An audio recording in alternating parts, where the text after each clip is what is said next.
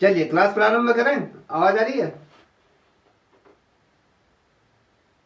बताइए। चलिए आज कुछ चीजें और देखते हैं। ठीक है, कुछ चीजें और देखते हैं जो बहुत महत्वपूर्ण है। देखिए फिर से मैं कुछ चीज़ों को रिपीट कर रहा हूँ। जिन्हें भी यूट्यूब के माध्यम से देख रहे हैं वो भी इस क्लास को अटेंड करें, और जो बच्चे ऑनलाइन क्लास पढ़ना चाहते हैं तो कमेंट सेक्शन में आप अपना पूछ सकते हैं मेरे से कि कैसे जुड़ सकते हैं, तो आपको वो लिंक प्रोवाइड करा दिया है। चलिए राजस्थान की जो चित्र शैलियों के बारे में हम चर्चा कर रहे थे। जैसे कि आप सभी को ये सर्वविदित है कि राजस्थानी चित्र शैली का जो प्रारंभिक दौर हमने कहा था कि 15वीं से 16वीं शताब्दी के मध्य ये माना जाता है। और राजस्थानी चित्रकला में किन रंगों का प्रयोग किया गया है बताइए? जो राजस्थानी शैली है उसके अंतर्गत किस प्रकार के कलरों का प्रयोग किया गया? सर लाल और पीले अधिकतर। ठीक है, ये लाल और पीले सर्वाधिक रूप में इनका प्रयोग किया गया है। अगर हम बात करें तो इसमें जो चटकीले रंग होते हैं और भड़कीले रंगों का इसमें क्या गया प्रयोग किया गया है राजस्थानी शैली में विशेषकर। और राजस्थानी चित्रकला की अगर हम बात करें, जैसे आप सभी को ये सर्वविदित है कि हमने कहा कि अजंता हो गया और मुगल शैली होगी। ये इन शैलियों का क्या है, कहीं ना कहीं हमें इसमें मिश्रण देखने को मिलता है। ठीक है ना।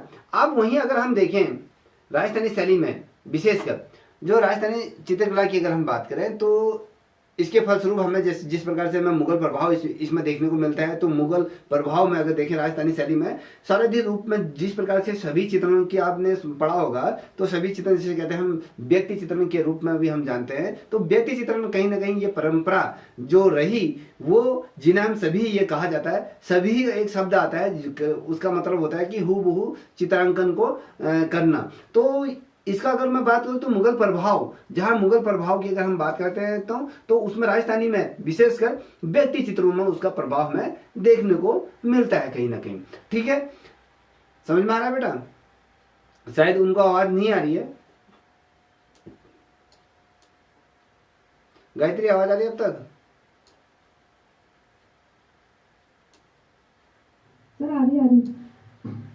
ठीक है, ये जी फिर से दोहरा देता हूं। देखिए हम जहां पर मुगल प्रभाव की अगर हम बात करते हैं तो मुगल प्रभाव का जो हमें चीजें देखने को मिलती है वो राजस्थानी शैली में विशेषकर व्यक्ति चित्रों में ही देखने को मिलता है कि किस प्रकार से व्यक्ति चित्रण, जिस प्रकार से मुगल काल में सारथी रूप में जब चित्रांकन हुआ था वो दरबार का और व्यक्ति चित्रण सारथी रूप में मुगल काल में हुआ था, तो उसी से संबंधित यहाँ पर भी जैसे व्यक्ति चित्रणों की परंपरा भी आपकी यहाँ राजस्थानी शैली में यहाँ पर प्रारंभ हुई, जिन्हें हम सभी ये कहा जाता है। और अगर हम देखें जो इस प्रकार के जो चित्र बने थे ना वो आपके जो जयपुर शैली में सबसे अधिक ये बने। अभी कभी क्वेश्चन आपसे ये पूछा जा सकता है कि जो सभी जो चित्र है वो सारथी रूप में किस शैली के अंतर्गत बने हैं राजस्थान में, तो आपको पता होना चाहिए कि वो आपके जयपुर शैली के अंतर्गत सारथी रूप में ये बने हुए हैं।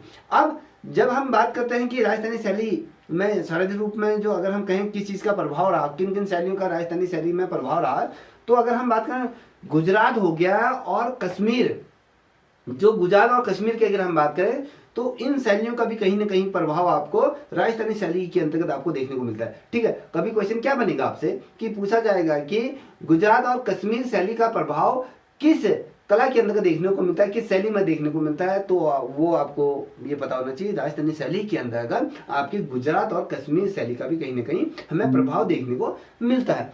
अब जब हम बात करते हैं कि जो राजस्थानी शैली है तो राजस्थानी शैली में जो चित्र बने हैं वो विशुद्ध रूप में, आप विशुद्ध रूप में जानती हो बेटा? विशुद्ध रूप में जो भारतीय चित्र जो बने थे, ये मत था ना कि भैया किस व्यक्ति द्वारा कहा था कि राजस्थानी शैली में विशुद्ध रूप से चित्र बने हैं, किसके द्वारा कहा गया था? गायत्री बताइए। नहीं, ये जो मत था ना बेटा, विलियम लॉरेंस का नाम सुना है आपने? नहीं। जो अंग्रेज क्या थे, अंग्रेज हुकूमत के एक ये बड़े सिपा सलार ये जो रहे, जो अधिकारी थे, अंग्रेज अधिकारी, जो विलियम लॉरेंस जो थे, इनके द्वारा ये मत क्या कहा गया था, ये प्रकट किया गया था। इन्होंने कहा था कि जो राजस्थानी शैली है वो विशुद्ध रूप में ये भारतीय है, तो इस मत का इनके द्वारा प्रयोग किया गया था, इनके द्वारा ये कहा गया था। अगर हम देखें जो राजस्थानी चित्र शैली के, अगर हम मूल शैलियों की अगर बात करें तो मूल शैली किसे माना जाता है राजस्थानी शैली का? बताइए, राजस्थानी चित्रकला का मूल शैली किसे कहा जाता है? मेवाड़ से मूल मूल मूल की बात कर रहा हूँ। मारवाड़, देखिए मैं बात कर रहा हूँ राजस्थानी चित्र शैली की मूल शैली किसे कहा जाता है? मूल शैली कौन सी है? याद रख लीजिए, जो मूल शैली हम कहते हैं सनवाड़, एक शब्द आता है सनवाड़ शैली को क्या कहा जाता है? राजस्थानी चित्र शैलियों की मूल शैली के रूप में जाना जाता है। जो राजस्थानी शैलियों की जितनी भी राजस्थानी शैली हैं, जितनी भी शैलियां हैं, शैलियों की उन तमाम शैलियों की जो मूल शैली के रूप में सनवाड़ शैली को ये जाना जाता है। याद रखिए, देखिए जैसे आपको सभी को पता है कि राजपूताना जो पेंटिंग्स थी ये किसके द्वारा रची थी, किसके द्वारा से रचा गया था? अमर कुमार स्वामी, कब रचा गया था? 1916 में। 1916 में। और ये एक चीज मुझे और बताइए, जो राजस्थानी शैली का जैसे राजपूताना पेंटिंग की अगर हम बात करें तो इसका जो वैज्ञानिक वर्गीकरण किसके द्वारा किया गया था?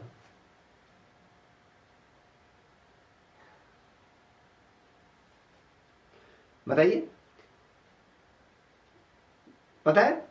जो इसका वैज्ञानिक वर्गीकरण जो किया गया था तो वो भी किसने किया था? वो भी सर्वप्रथम आनंद कुमार स्वामी ने ही ये किया था। आपको पता है कि भैया राजपूताना जो पेंटिंग्स जो ये ग्रंथ है ये इनके द्वारा रचा है 1916 में, आपने जो बताया। अब एक चीज और बताता हूँ, जो राजस्थानी शैली में अगर मैं प्राचीनतम अगर बात करूँ, जो प्राचीन रूप में जो चित्रण के जो अवशेष हमें देखने को मिलते हैं ना, कि राजस्थानी शैली में जो सबसे प्राचीन अवशेष किस जगह पर मिलते हैं हमें?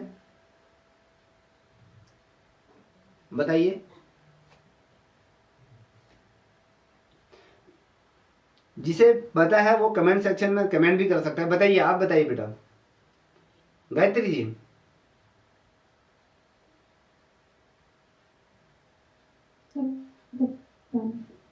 परवीन जी आप बताइए।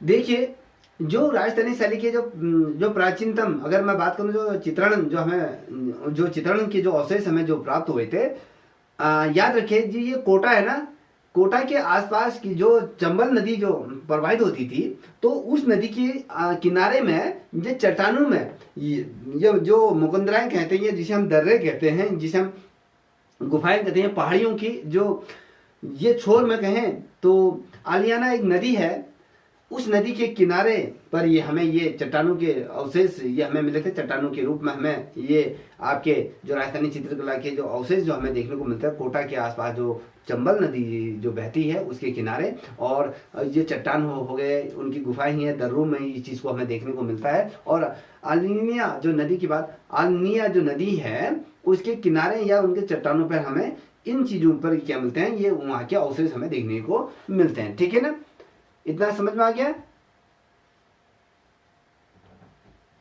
बताइए। मैंने कल आपसे एक चीज कहा था ना बेटा, कि अवध नियुक्ति वृत्त जिसे हम 10 वैसे क्या था आपने, हाँ जो ओध नीति जो कहा था, और 10 हाँ, तो ये जो है ये किस संग्रहालय में इसको संरक्षित किया गया है? ये क्या है ये बताओ मेरे को। ग्रंथ है जो जैन शैली में लिखा था, और ये कहते हैं राजस्थानी शैली में इसको चित्रित किया गया है। तो ये क्या, मैं ये जानना चाह रहा हूँ, ये ग्रंथ कैसा ग्रंथ है? ये प्राचीनतम ग्रंथ है या मध्यकालीन है या फिर वर्तमान का? सब प्राचीनतम ग्रंथ। तो ये जो ग्रंथ है, ये ग्रंथ कब लिखा गया था? सर 1060 में। बिल्कुल सही, 1060 में ये ग्रंथ लिखा गया था। बहुत ज्यादा महत्वपूर्ण है, तो ये ग्रंथ लिखा गया था, इसको याद रखिएगा। और राजस्थानी शैली की जो चित्रकला में जो पट चित्र बनाए गए थे वो अधिकतर किस पर आधारित बनाए गए थे? पट चित्र, विशेषकर राजस्थानी चित्रकला के अंदर जो पट चित्र बनाए गए थे बेशगी, तो वो किस पर अधिकतर बनाए गए थे? बताइए। क्या सर? मैं कह रहा हूं राजस्थानी चित्रकला में जो पट चित्र बनाए गए थे वो अधिकतर किस पे बने थे? सर नाथद्वार में जो पिछाई चित्र बने थे। नहीं तो वो तो ठीक है, मैं कह रहा हूँ ये चित्र जो बनाए गए थे किस पर आधारित बनाए गए थे? अधिकतर जो चित्र बने थे किसी तो राधा कृष्ण जो नायक नायिका के रूप में उनको दर्शाया गया था, राधा कृष्ण। बिल्कुल सही। जो राधा कृष्ण नायक के रूप में आप जो कह रहे हैं, तो इसमें अधिकतर हम देखेंगे तो जो कृष्ण की जो भक्ति से संबंधित जितने भी कृष्ण से लीलाएं हैं, कृष्ण से संबंधित जितने भी चीजें हैं, तो उससे से संबंधित है। अब देखें, अगर हम बेसिकली रूप में अगर जानते हैं तो राजस्थानी शैली में सारथी चित्र किसके बने, तो क्वेश्चन ऐसा भी बनता है कि राजस्थानी शैली में सारथी रूप में चित्र किसके बने। आपको पता है कि जो नायक और नायिका के रूप में जैसे कृष्ण राधा के संबंध में ही बनाया गया, प्रेम संबंध में ही बनाया गया, तो आप ये भी कह सकते हो कि कृष्ण की भक्ति से संबंधित बनाया गया। देखिए, जो ये चित्र थे ना, जो आप ये बता रहे, जो ये चित्र थे प्राकृतिक तौर पे जो प्रकृति के बीच में ये अलंकृत करके ये बनाए जाते हैं। जैसे कृष्ण है, ये राधा और कृष्ण को अगर दर्शाया गया किसी बागान में या किसी जहाँ पर कहीं घास, चारों तरफ घास हो और पेड़ पौधे हो, तो मखमली घास में ये हरा वो दर्शाया गया है। तो जो राजस्थानी चित्रकला है, उस राजस्थानी चित्रकला को किस रूप में जानते हैं हम? अगर हम कहें तो ये जो राजपूत चित्रकला के रूप में भी हम इसको जानते हैं। याद रखना, जो राजस्थानी चित्रकला है उसको हम राजपूत चित्रकला के रूप में भी हम जानते हैं, इसे भी ये चीजें कह सकते हैं। ठीक है ना। अब एक चीज बताइए बेटा, बहुत ज्यादा महत्वपूर्ण चीजें मैं बताने जा रहा हूं, अगर ये आपको पता होगा तो बहुत अच्छी बात है। मुझे ये बताइए, राजस्थानी चित्रकला के विषय क्या थे? राजस्थानी शैली के चित्रकला के विषय क्या थे? बताइए जल्दी, जिसे आता है वो बताओ। तो धार्मिक और है? आवाज कम आ रही, थोड़ा लाउडली बोलिए। देखिए, जो राजस्थानी चित्रकला के जो विषय थे, प्रमुख विषयों की बात कर रहा हूं, तो इसमें आप देखोगे पशु पक्षियों का चित्रण हुआ है, शिकार के दृश्यों का चित्रांकन हुआ है, दरबार के दृश्यों का चित्रांकन इसके विषय रहे हैं, और आपके नारी सौंदर्य रहे हैं, धार्मिक ग्रंथों का चित्रण इसके अंतर्गत हुआ है। ये तमाम चीजें जो हुए हैं, ये आपके राजस्थानी शैली के ये विषय ये रहे। अगर हम आपको अगर मैं बात करूं तो जो भित्ति चित्र की अगर हम बात करें, जो भित्ति चित्र जिसे हम भूमि चित्रण भी हम कहते हैं, तो ये भी आपके राजस्थानी शैली के अंतर्गत हुआ है, जिसे आदर करके अकादर करके चित्र होता है। ठीक है, ये क्या होता है, जो ये चित्र बने थे बेसिकली, ये आपके भरतपुर जो जिला था, जिले के दर्ग, भरतपुर जिला था एक, उसमें एक गांव था दर, और कोटा जो जिले थे, इसके यहाँ पर दर्रा या गुफाएं ये या कहें फिर ये आप ये देखोगे जो जयपुर के जिले हैं, जैसे बैराठ जिला है, और बहुत ऐसे जगह हैं जहां पर ये शैल चित्र जो मानव द्वारा पहले प्रागैतिहासिक काल में ये जो उस टाइम पे जो उकेरे गए होंगे, तो कहीं ना कहीं वो चित्रांकन हमें राजस्थानी शैली के भित्ति चित्रों में देखने को मिलते हैं। अकादर जो चित्र हम जिसे कहते हैं, वो आपके गुफाओं में या फिर किसी दर्रे में या पहाड़ी में, चट्टानों में ये बनाया गया। ठीक है, इतना सुना।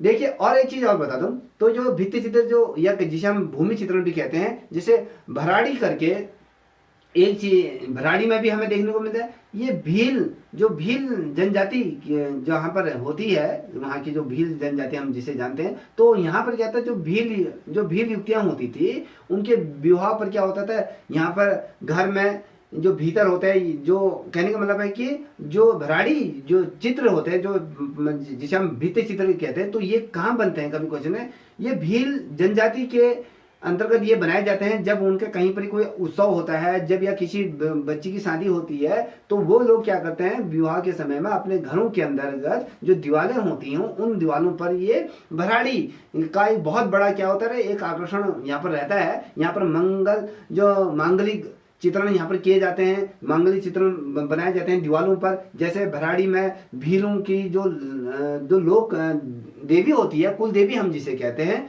तो उसको क्या करते हैं, वो दीवारों पर चित्रांकन करते हैं, जिसे हम भित्ति चित्रकला, भीतर बनाया गया वो चित्रांकन को हम भित्ति चित्र कहते हैं। जो ये क्या होता है, ये जो चित्र बनाए जाते थे, तो उसका मेन उद्देश्य होता था जो गृहस्थी जीवन है, जो जीवन है, जिस घर जो लड़की की जो शादी होकर जिस घर में वो प्रवेश कर रही है, वो अपने जीवन में जैसे ही प्रवेश करे तो वो सुख समृद्धि से वो फले फूले, तो ऐसा ये माना जाता था। जब वो प्रवेश करती है, जैसे हम वहाँ कहते हैं लाडली या लाडो या जो भी कहते हैं, उसमें क्या होता है वो वर वधू जो होते हैं तो उनके जीवन की मंगल कामनाओं के लिए ये चित्रांकन किया जाता है, जो भील जनजाति के लोगों द्वारा किया जाता है। भराड़ी इसे कहा जाता है, याद रखिएगा। अब साझी, एक आपने देखा होगा साझी कला क्या है, बताइए साझी किसे कहते हैं बेटा, पढ़ा है आपने?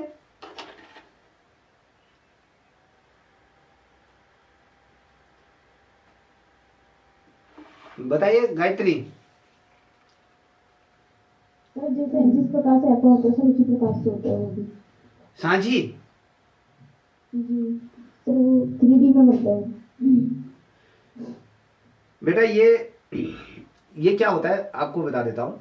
ये क्या होता है, ये जो साझी है ना, ये लोक कला, ये जो लोक कला है, ये जो लोक कला जो बनाई जाती है बेसिकली ये गोबर से बनाया जाता है, याद रखना।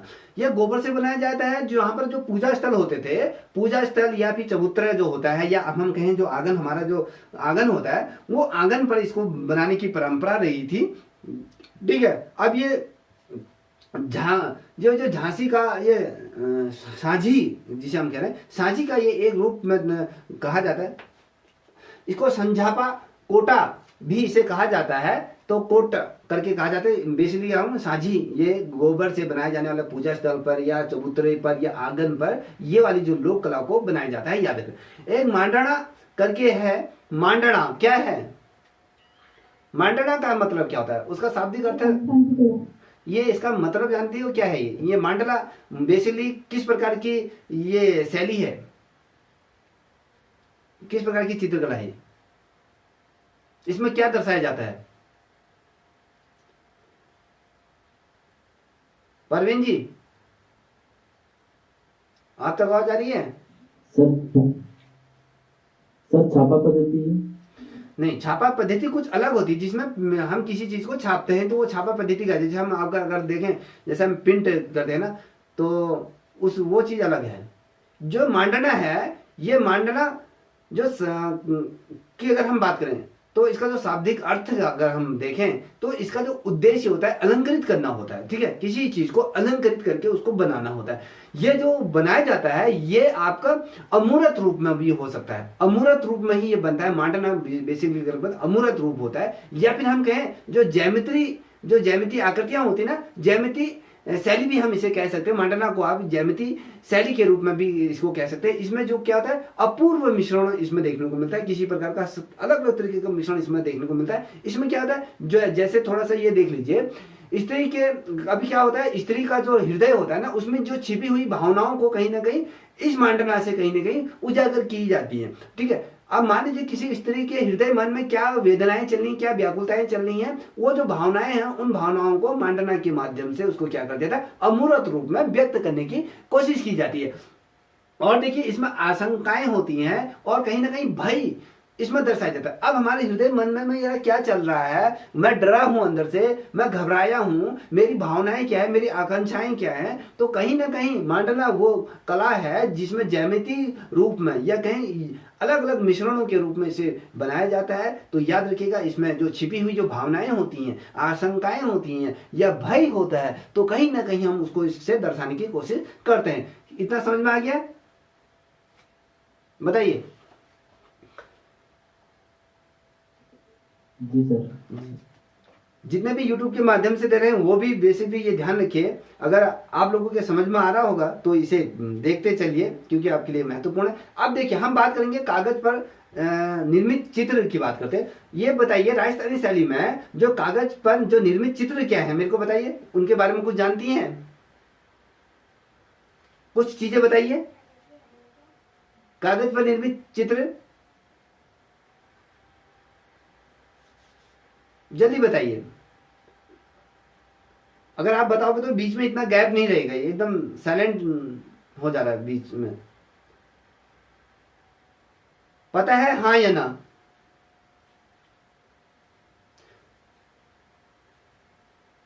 नहीं पता है? गायत्री आवाज आ रही है? नहीं सर। तो जब पता नहीं है तो जल्दी बताइए, क्योंकि फिर जो हमारी जो वीडियो YouTube में जाएगी तो उसमें भी लंबा गैप हो जाता है बीच में। देखिए कागज पर निर्मित चित्रों की जब हम बात करते हैं तो पहला जो है उसको भी ध्यान से सुनिए। पाने, पाने करके है, पाने एक शब्द आता है पाने। ये पाने क्या होता है? बेसिकली जो कागज पर निर्मित चित्र जो होते हैं पाने के रूप में, हम कागज पर बने जितने भी जो हम कागज पर जो चित्र बनाते हैं वो अलग, इसके अंदर जो विभिन्न देवी देवताएं हैं, हमारे जो लोक देवताएं हैं, वो जो विभिन्न देवी देवताएं हैं उनके चित्रों को चाहे वो शुभ के रूप में बनाए जाएंगे, शुभ कार्य के रूप में, या समृद्धि के रूप में, या हम कहें प्रशंसा के रूप में, या फिर ये तमाम चीज सुख के आधार पर अगर हम कहें जो कहीं ना कहीं हमारी कल्याण से संबंधित जो चीजें, जो हमारे हृदय मन में जो प्रशंसा चित्त जो चीजें होती हैं, तो कहीं ना कहीं उस चीज का ये द्योतक होता है, उस चीज को कहीं ना कहीं इससे रिलेटेड माना जाता है। जैसे अगर आपको मैं बता दूं, एक राजस्थान में हुए हैं, एक शख्सियत हुए, एक कलाकार हुए हैं, श्रीनाथ जी हुए हैं, श्रीनाथ जी हैं, तो उन्होंने पाने, जो पाने के जो शब्द मैं कह रहा हूं, सारथी रूप में जो कलाकृतियां बनाई गई हैं, जो कलात्मक तौर पर जो चित्र बनाए गए हैं, इनके द्वारा बनाए गए। कभी क्वेश्चन बनता है कि राजस्थानी शैली में पाने के अंतर्गत कागज पर निर्मित चित्रों को सारथी रूप में किस व्यक्ति द्वारा बनाए गए हैं, तो आपको ये पता होना चाहिए वो आपके श्रीनाथ जी हैं। उन्होंने सारथी रूप में कलात्मक तौर पर ये चित्र बनाए हैं, जिसमें उन्होंने क्या करा है, 24 श्रृंगार, जो श्रृंगार से संबंधित चित्रों को इन्होंने चित्रांकन किया गया है। बेसिकली जो श्रृंगार से संबंधित जो चीजें हैं इनके द्वारा ये किसमें बनाए गए हैं, कागज पर ये बनाए गए हैं। ठीक है, समझ में आ रहा है? बताइए। अब देखिए हम बात करते हैं लकड़ी पर। हमने तो पाने पे, कागज पे हमने बात करी। अब जो लकड़ी पर जो निर्मित जो चित्र हैं बेसिकली जो राजस्थानी शैली में, तो ये कौन कौन से हैं? कांवड़ करके है, कांवड़ एक शब्द है, कांवड़ करके, ठीक है, याद रखिएगा। एक कांवड़ करके ये शब्द आता है। तो इसमें क्या होता है, जिसमें जिस प्रकार से मंदिर बने रहते हैं, मंदिर नुमा आकृतियों की अगर हम बात करते हैं, उसमें लाल रंग की इसमें जो लकड़ी होती है, उसमें जो कलाकार होता है, जो लकड़ी का जो काष्ठकार होता है, वो काष्ठ चीजों को उकेरने की कोशिश करता है। मंदिर नुमा जो लाल रंगों की जो कृतियों को निर्मित करता है, काष्ठ मतलब लकड़ी में उनको करता है, निर्मित करता है, जिसमें कई द्वार इसमें दर्शाए जाते हैं। मान ले कि जो मंदिर निर्मित किया गया है किसी कलाकार द्वारा लकड़ी पर, तो उसमें जो दरवाजे होते हैं उसमें मंदिर के ऐसे, मंदिर की जो शेप बनाए रहते हैं, तो मंदिर का जो एक नमूना बनाया रहता है, तो उसमें कई ऐसे द्वार बनाए जाते हैं, चारों तरफ के द्वार इसमें दर्शाए जाते हैं। और इसमें अगर मैं बात करूं, जब ये मंदिर नुमा जो बनाया जाता है, लाल कलर की काष्ठ कृति जो बनाई जाती है, तो इसमें जितने भी सभी कपाटों में, जैसे सभी कपाटों में, जैसे हम बात करें, राम हो गया, सीता होगी, लक्ष्मण हो गया, आपके विष्णु जी हो गए, और साथ ही जितने भी पौराणिक कथाएं हैं हमारी, उन पौराणिक कथाओं का चित्र इस मंदिर नुमा लाल रंग की जो काष्ठ कृति होती है उनमें क्या कर देते हैं, इनको उकेरा जाता है। याद रखिए, जैसे राम हो गया, सीता हो गया, लक्ष्मण हो गया, विष्णु जी हो गए, और आपके जितने भी पौराणिक कथाएं हैं उनके चित्र इसमें अंकित किया जाता है। और तो और इसमें एक चीज और बता दूं, जो कथावाचक होते हैं, कथावाचक के साथ इसमें कपाट क्या होता है, जो कथावाचक जो होता है, तो उनको वो इसके क्या करता है, कपाट को खोल सकता है। ठीक है, और इसमें ये जो बनाते हैं ना, बेसिकली जो ये लकड़ी पर कांवड़ जो ये लकड़ी में जो चित्र निर्मित करता है, वो किस जनजाति या किस जाति द्वारा बनाए जाते हैं, कभी क्वेश्चन बनता है, तो वो चारण जाति होती है, वो चारण जाति के लोग इसको बनाते हैं। याद रखिएगा, चारण जाति के लोग क्या करते हैं, ये कांवड़ जो लकड़ी पर जो निर्मित, जो मैंने कहा कि मंदिर नुमा जो लाल रंग की जो काष्ठ कृति होती है, उसको जो निर्मित करते हैं, वो चारण जाति के लोगों द्वारा इसको निर्मित किया जाता है। अब देखिए, लकड़ी के खिलौने भी बनाए जाते हैं। ये आपको पता होगा कि आपने अगर सिंधु घाटी सभ्यता पढ़ी होगी, मोहनजोदड़ो में जब उत्खनन हुआ था, तो उसमें हमें लकड़ी के खिलौने, मिट्टी के खिलौने, अलग अलग समय में, अलग अलग पीरियड में ये तमाम चीजें हमें देखने को मिलते हैं। तो राजस्थानी शैली के अंतर्गत भी खिलौने, लकड़ी के खिलौने भी, जैसे चित्तौड़गढ़ में, जैसे जो चित्तौड़गढ़ में जो बस्ती नामक एक स्थान था, वहां पर क्या था, कलात्मक रूप में जो वस्तुओं की, जैसे खिलौने के लिए ये वाला जो क्षेत्र था, विशेषकर चित्तौड़ का बस्ती नामक एक स्थान था, यहाँ पर कलात्मक वस्तुओं से संबंधित क्या मिलती थी, खिलौने मिलते थे। तो ये क्षेत्र बेसिकली अगर मैं बात करूँ तो खिलौनों के लिए ये वाला क्षेत्र क्या था, बहुत ज्यादा प्रसिद्ध था, वो भी लकड़ी के खिलौने के लिए। और अगर हम बात करें इसके अलावा अगर हम देखें तो खिलौने राजस्थानी शैली में और कहाँ प्रसिद्ध हुए, तो कभी क्वेश्चन बनता है। तो ये खिलौनों के लिए अगर आप देखोगे उदयपुर भी क्या है, बहुत ज्यादा प्रसिद्ध है। ठीक है, अगर कभी आप उदयपुर जाते हो, ठीक है, उदयपुर या चित्तौड़ जाते हो, चित्तौड़ में अगर आप जाओगे तो वहां एक बस्ती नामक स्थान है, तो वहां पर आपको सर्वाधिक रूप में जो खिलौने जो देखने को मिलेंगे, लकड़ी के खिलौने मिलेंगे, सारी कुछ आपको लकड़ी के ही चीजों को देखने को मिलेगा। आपको ये पता चलेगा कि राजस्थानी शैली की जो लोक कला है जो आज भी वो जीवित हैं। तो ये तमाम चीजें इन जो कलाकारों द्वारा या कहें चार जनजाति के जो लोग हैं इनके द्वारा भी आज भी उनको संरक्षण किया गया है। और जो अगर मैं बात करूं इसके अलावा आप देखोगे जो खिलौनों के लिए जो प्रसिद्ध जो शहर है वो आपके उदयपुर भी क्या है, खिलौनों के लिए, लकड़ी के खिलौनों के लिए बहुत ज्यादा प्रसिद्ध है। अब एक चीज और बताता हूं, यहाँ पर मानव शरीर पर भी क्या हुआ है, चित्रों को निर्मित किया गया है। अब वो क्या होता है इसको थोड़ा सा समझिएगा। अब मानव शरीर पर किस प्रकार से चित्रों को निर्मित किया गया है, तो यहां पर आपने देखा होगा आज की डेट में एक प्रचलन चला है टैटू, जिसे हम गोदना कहते हैं। जानते हो टैटू क्या होता है? टैटू क्या होता है बताइए जल्दी। जी सर। अगर आप इतनी देर में आंसर दोगे तो मैं फिर कल से क्लास लूंगा ही नहीं, क्योंकि आप कम लोग हो तो मैं फिर क्लास लूंगा नहीं। जब सब लोग अगर आ जाएंगे फिर उसके बाद ही क्लास स्टार्ट करूंगा। बताइए गोदना किसे कहते हैं? सर शरीर पर बनाए जाते थे सर वो। गोदना का अर्थ, गोदने को जो गोदना होता है हम उसको दूसरे किस रूप में जानते हैं? Tattoo sir. टैटू आज बहुत ज्यादा प्रचलन में है। देखिए आज अगर हम देखें आज की जो जनरेशन है सर्वाधिक रूप में टैटू निर्मित करते हैं ना। शायद आपने भी बनाया होगा, बहुत से लोगों ने बनाया होगा। तो जो टैटू जो गोदना जो हम टैटू कहते हैं, इसमें क्या होता है, इसमें निम्न जाति के जो क्या होते थे, जो स्त्री पुरुषों में ये चीज उस समय प्रचलन में थी। इसमें क्या होती है, जो एक सुई होती है, सुई में जो बालू के जो कण होते हैं, बालू के कण उस टाइम की बात कर रहा हूँ, उसमें बालू के जो कण होते हैं वो किसी तेज, जैसे कोई बहुत तेज औजार होता था ना, वो औजार को क्या करता था, चमड़ी के अंदर बाहर उसको खोदता था, उसमें काला रंग को उसमें भरा जाता था। और वो जो काला रंग होता था वो बहुत लंबे टाइम के लिए पक्का रंग होता था, वो स्किन के अंदर की क्या होता था वो बैठ जाता था। और इसी को एक गोदना कहा जाता है। ये क्या होता है, सौंदर्य के प्रतीक के रूप में हम इसको जानते हैं। कभी क्वेश्चन बनता है कि गोदना किसके प्रतीक के रूप में माना जाता है, तो आपको ये पता होना चाहिए सौंदर्य के रूप में इसको प्रतीक के रूप में हम मानते हैं। आपने ये देखा होगा मेहंदी। अब ये जो मेहंदी है, ये मुझे गायत्री आप बताओ मेहंदी क्या है? मेहंदी किस चीज का प्रतीक है बेटा बताइए। मुझे लगता है इसका आंसर आप बेहतर बता पाओगे मेरे से। सर ये भी सौंदर्य का ही प्रतीक है। बताइए भी सौंदर्य का प्रतीक आप सही।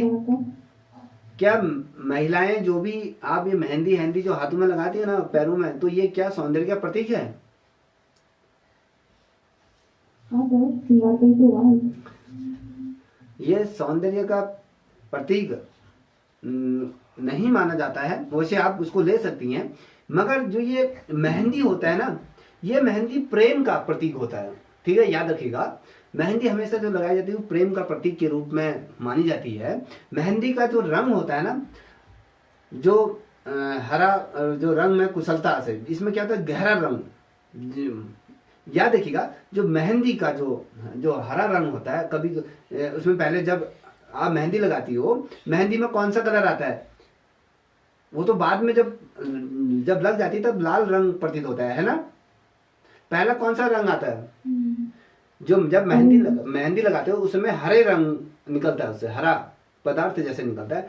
जो हरा, आप जैसे नेहा की जो ट्यूब आती है, नेहा के अगर उसको लगाओगे तो उससे हरा रंग निकलता है। ठीक है, हरे रंग की जो मेहंदी होती है वो बहुत ही ज्यादा समृद्ध और कुशल मेहंदी मानी जाती है। और जो ये मेहंदी होती है, ये मेहंदी कहीं ना कहीं आपके प्रेम का प्रतीक होता है।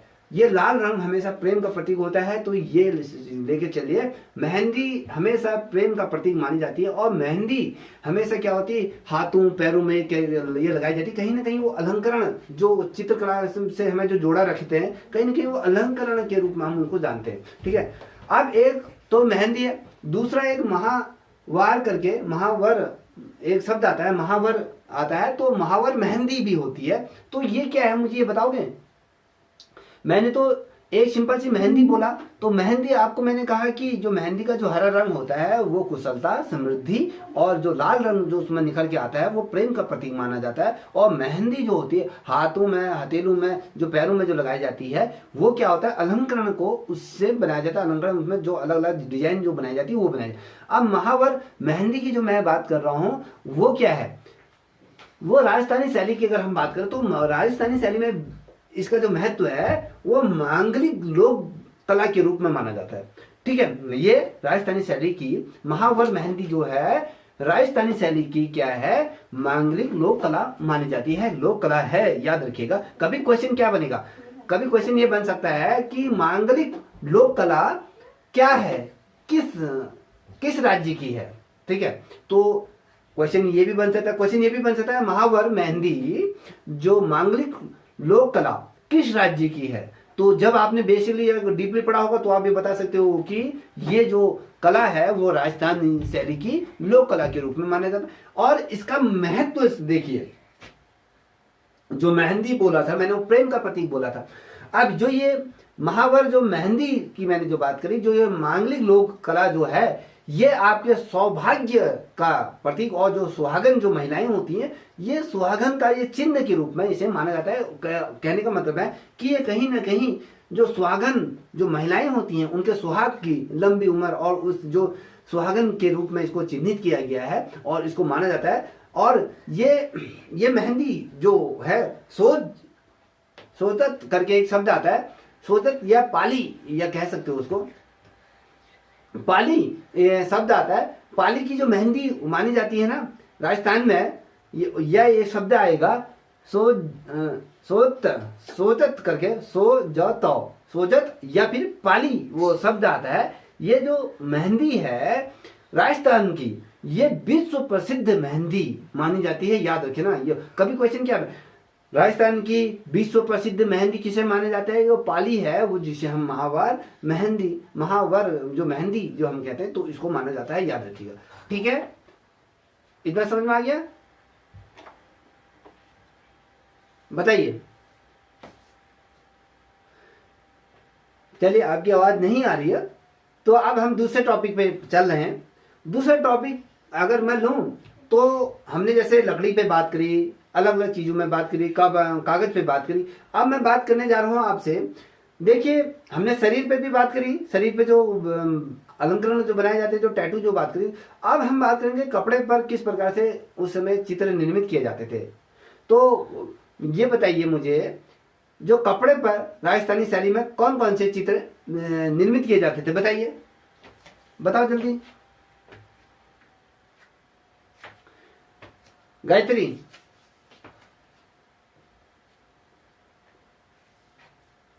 पिछवाई चित्र, पिछवाई, बिल्कुल। और जो नाथद्वार में बनाए जाते थे सर, ये जो कुल मिला के जो श्रीनाथ जी के, हाँ ठीक है, जो पिछवाई जो कहा आपने, पिछवाई है यही कहा था ना।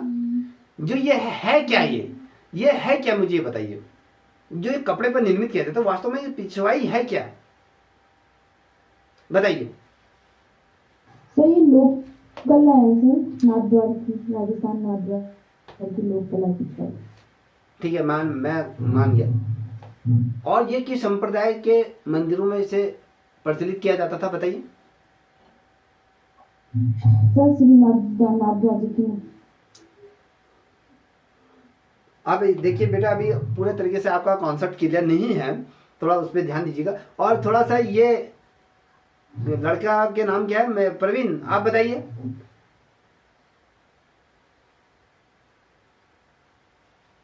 पता नहीं है। देखिए, राजस्थानी शैली में दो प्रकार से कपड़े में चित्र निर्मित किए जाते हैं। एक तो आपने पिछवाई जो कहा है गायत्री ने, एक वह है, एक वातिक करके, वातिक, वातिको, जो ये शब्द आता है, ये दो चीजें बनाए जाते हैं। कभी कभी क्वेश्चन पूछे राजस्थानी शैली में चित्र कपड़े पर कितने प्रकार के चित्र निर्मित किए जाते हैं, 2 प्रकार के चित्र निर्मित किए जाते हैं, एक पिछवाई, एक वातिक। अब वातिक क्या होता है? वातिक इसमें कपड़े पर क्या होता है, कपड़े पर मोम की इसमें परत चढ़ाई जाती थी, उसके बाद इसमें चित्र बनाया जाता था। याद रखें, वातिक में ये चीजें होती थी। अब पिछवाई जो इन्होंने कहा कि नाक द्वार, ये जो कहा, तो वो तो फिर बाद का जो टॉपिक है हम उस पर चर्चा करेंगे। सर वो वाटिक कैसे जो आप बोल रहे हो, मोम को पिघला कर सर उसमें कपड़ों को चित्रित किया जाता था। बटिक वटिक है, वातिक है? सर बटिक है, ये क्वेश्चन भी आया था एक बार। वटिक, ठीक है, एमपी था। ठीक है। देखिए अब पिछवाई जो है, अब जो पिछवाई जो आपने कहा, ये जो मंदिरों में ना बेसिकली ये जो मंदिर होते हैं, मंदिरों में जो श्री कृष्ण की जो मूर्ति होती है ना, जो श्री कृष्ण की जो प्रतिमा होती है, उसकी जो पीछे की जो दीवार होता है ना, दीवार आपने कहीं पर भी देखो, अगर आपने वृंदावन गए होंगे या फिर आपने कहीं पर भी श्री कृष्ण के जो मंदिर देखे होंगे, ओवरऑल कहीं पर भी अगर आप राजस्थान में अगर कभी घूमने जाओगे तो पिछवाई जो चित्र अगर आप देखोगे चित्र, इसमें ये मंदिर में क्या होता है, श्री कृष्ण की जो प्रतिमा होती है, मूर्ति होती है, उसके पीछे जो दीवार होती है, दीवार को कपड़े से क्या किया जाता था, उसे ढक कर बहुत अच्छी तरीके से उसमें सुंदर सुंदर उसमें चित्रकारी की जाती थी। और जो ये जो चित्रकारी जो की जाती थी, जो जिस मंदिरों पर इसको सुशोभित किया जाता है, बेसिकली अगर ये जो विशेषकर ये जो जिन मंदिरों पे ये प्रचलित थी, वो आपके बलभद्र समुदाय, जो बलभद्र संप्रदाय के जो मंदिर होते थे, उन पर विशेषकर इन चीजों को अप्लाई किया जाता था, वहां से ये चीज प्रचलित हुई थी। ठीक है, समझ में आ गया? बताइए हाँ या ना।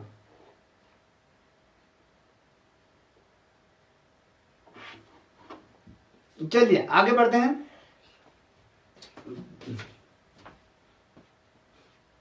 देखिए अब बात करेंगे जो राजस्थानी चित्रकला की, ऐसे होता है ना, राजस्थानी शैली की चित्रकला की विभिन्न पद्धतियां हैं। कौन कौन सी पद्धतियां हैं राजस्थानी शैली की, राजस्थानी चित्रकला की, बताइए।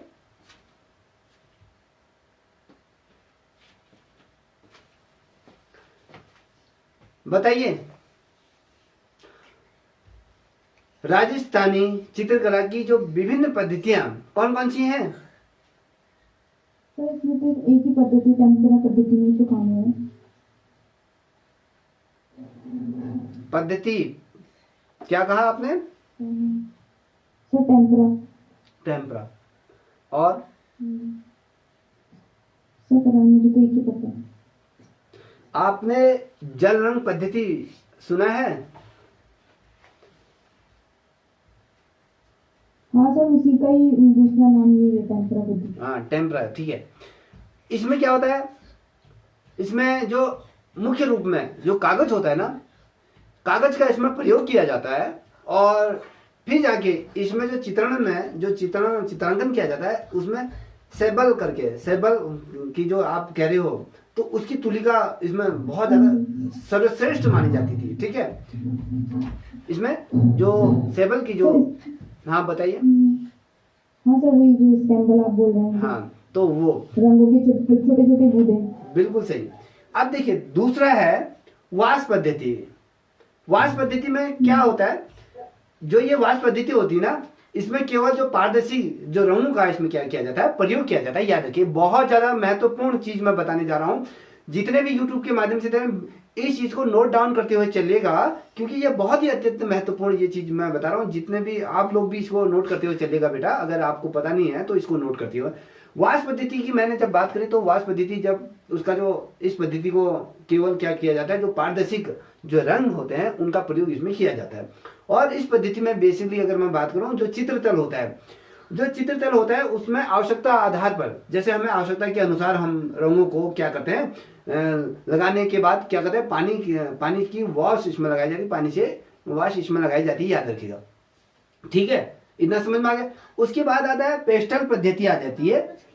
पेस्टल पद्धति में, पेस्टल पद्धति क्या होता है, ये जो पेस्टल पद्धति वो बहुत ही सर्वशुद्ध रूप में, अगर हम कहें जो शुद्ध रूप में या कहें ये साधारण चित्र के माध्यम से हम इसको क्या करते हैं, तैयार करते हैं। और इसमें जो ये शुद्ध, ये जिसे हम पेस्टल की बात करें, जो पेस्टल सर्वशुद्ध जो होता है साधारण रूप में जो चित्र का जो माध्यम होता है, इसमें क्या होता है बहुत समय तक, ठीक है, ये बहुत लंबे टाइम तक ये खराब नहीं होती है। पेस्टल रंग जो होते हैं ये बहुत लंबे तक अगर लेके चलोगे ये खराब नहीं होते। फिर बात करती है आपकी टेम्परा पद्धति। टेम्परा पद्धति किसे कहते हैं बेटा, बताइए, टेम्परा किसे कहते हैं, परवीन जी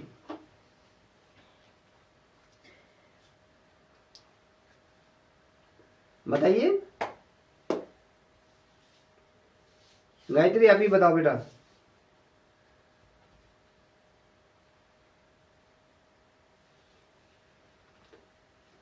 देखिए टेम्परा पद्धति की हम बात करें, इसमें जो गाढ़े जो अपार दर्शक होता है ना, अपारदर्शिक करके रंगों का इसमें क्या किया जाता है, प्रयोग किया जाता है, इसके टेम्परा इसलिए से कहा जाता है। इसमें क्या होता है, जो इसका जो माध्यम होता है, माध्यम के रूप में अगर हम कहें किसी भी पायस का इसमें प्रयोग किया जाता है। और पायस क्या होता है, जल रंगी, जैसे हम जल रंगी तरल के तौर पर, जैसे हम तैली की अगर बात करते हैं या मोम की बात करते हैं, तो इन रंगों का इसमें क्या होता है, मिश्रण हमें देखने को मिलता है। इसके बाद आता है तैल रंग। आप तैल रंग को आप सभी लोग जानते हैं। तैल रंग का क्या होता है, जो ये क्या होता है, तैल रंग विभिन्न प्रकार की जो भूमि होती है ना, चित्र भूमि होती है, चित्रपट होता है, तो उनमें प्रयोग किया जाता है। जैसा आपका कैनवास हो गया, आपका जो कास्ट फलक होता है ये मैग्नीसाइट का होता है, या हार्डबोर्ड होते हैं, या फिर ये जो गैसों के माध्यम से या फिर भित्ति चित्र के माध्यम से इसका प्रयोग किया जाता है। ठीक है ना। आप मुझे हाँ बताइए। है तेल रंग की खोज समझा। हाँ बिल्कुल सही है, आयुष बंधुओं द्वारा ही ये किया गया था। जब ठीक है, अभी हमने जब अभी आपका ये जो मैं कह रहा था ना, कला के मूलाधार तत्व जो इकाई पहली है आपकी, समझ में आ रहा है, जब उसको हम लेके चलेंगे तो वहां पर आपका जल रंग, तैल रंग क्या क्या है, वो सभी एक एक चीजें उसमें आएंगी। किसने क्या करा, कब हुआ, कैसे मिश्रण हुआ, किस प्रकार से खोज हुई, इसका साग से पहले तैल रंग का जो साग से पहले कहाँ मिला था, किस गुफा में मिला था, इसका प्रयोग किस सदी में हुआ था, ये तमाम चीजें हम आपको डिटेल में उसमें बता देंगे। ठीक है ना। अब जैसे हमने जब कल पढ़ा था जो राजस्थानी शैलियां हैं, जो चित्र शैलियां हैं, जैसे आपने मेवाड़ मारवाड़ा कहा, डुंडर कहा था, ये हाड़ौती स्कूल जो बताए थे, ये तमाम चीजें आपने पढ़ी थी ना, कल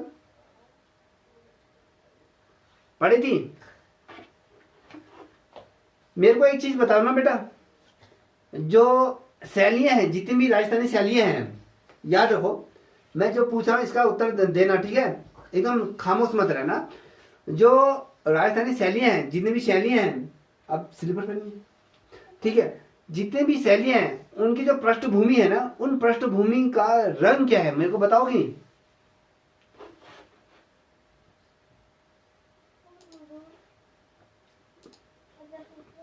गायत्री बताओ बेटा।